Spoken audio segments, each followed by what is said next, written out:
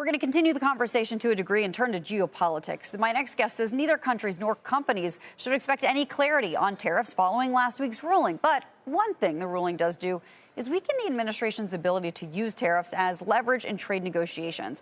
And it comes at a time where Russia, India, and China are signaling solidarity to each other. For more, let's bring in Fred Kempe, CEO of the Atlantic Council and a CNBC contributor. Fred, thanks so much for being here with us. There's so much to go through, but I would love to get your take on what you think, what we heard from Friday and what that means. It's our understanding, as we just said, that you don't believe it really gives us any clear certainty, but what else does it provide?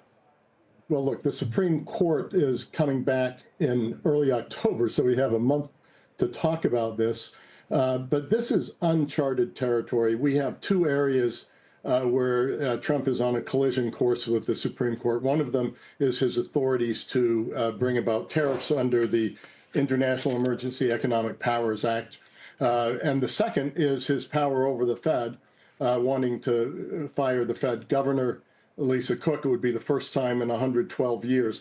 The court doesn't usually like to go into international economic areas. It's something it likes to give up to the executive, arguing that it doesn't have the expertise for those things, but it's going to be inevitable that they have to do it right now. And then to the geopolitical situation, there's all theater in China this week. It's got the 80th anniversary of the end of the war, which is reinterpreting in many ways. We're going to have a big military award tomorrow.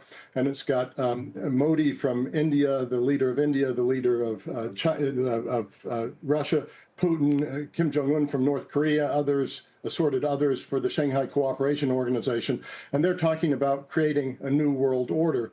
It's more theater than it is a new alliance and a new structure. But theater is important right now if the U.S. can't propose a different theater, underscoring our relationships with NATO, our relationships with the European Union, our relationships with other world democracies. So I don't think we should take it too seriously, but I think it would be a mistake to ignore it at the same time. I mean, all of this is interconnected, right? The president likes to use tariffs sort of as a negotiating tactic when he's talking to other countries about a variety of things that he would like them to do or not do. And you say, even if the Supreme Court says, hey, you can't do this, you cannot use this act in particular to institute tariffs, that doesn't mean that all tariffs go away or that there are other powers that the president may have that he could implement other tariffs. Is that right?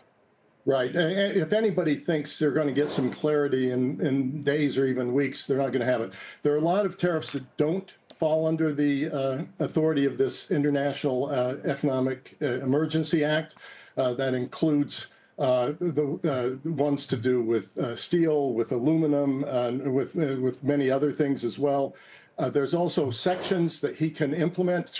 Even if the Supreme Court should undermine his tariff policy, he can revisit it through other means, including Section 338. I won't go into too many details there, but he can put on 50% tariffs on countries without too much trouble. So he will definitely try to find different ways to keep this in place. Tariffs are not going to go away as a tool by the Trump administration because of the decision last Friday. He's going to continue to approach this. It's going to be a lot of uncertainty for a lot of time, and that's not good for running a business, and it's not good for trading on the markets either.